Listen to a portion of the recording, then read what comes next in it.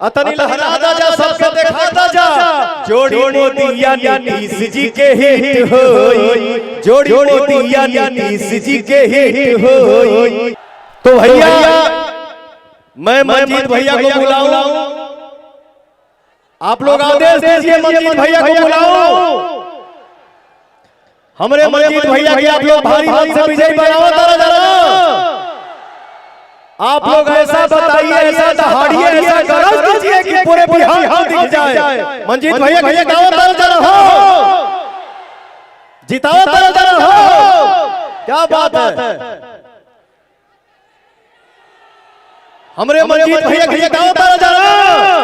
हाथ उठा के चारों तरफ से ताली हो जाए हो भैया।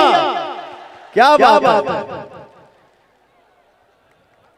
ए सभा में हमारे माई, हमार बहिन, हमार चाची, हमार बुआ कहतिया युवा जन साथ बड़े पावर स्टार के, युवा जन साथ बड़े पावर स्टार के, एनडीए के वोट दी है खूब ललकार के।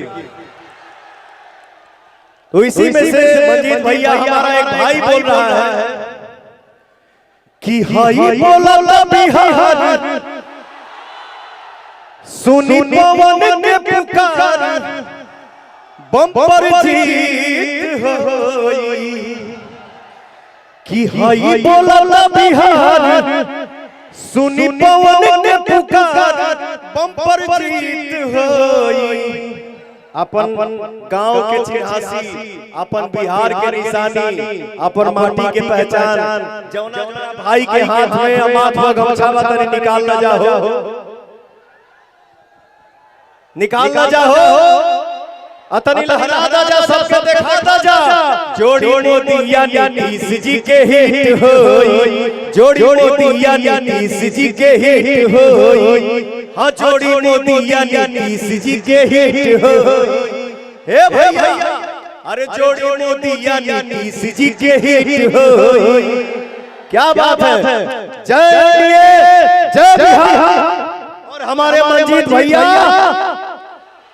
हमारे मंजीत भैया, हमारे मंजीत भैया, हमारे मंजीत भैया, जय एनडीए, जय बिहार। बहुत बहुत धन्यवाद। तीर छाप पर निशान, तीर छाप निशान पर बटन दबा के भैया हमारे भाई के विजय बनावा जाए। बहुत बहुत धन्यवाद। तो आप लोग चारों तरफ से थोड़ा हाथ उठा के आदेश दीजिए कि विजय माला मैं भैया को पहना दो। चारों तरफ से हाथ उठा के बटन दबाओ भैया, पहना दो। जय हो भैया। एक बार चारों तरफ से गरज जा भैया। मंजीत भैया विजय भव, विजय भव, विजय भव। जय हो।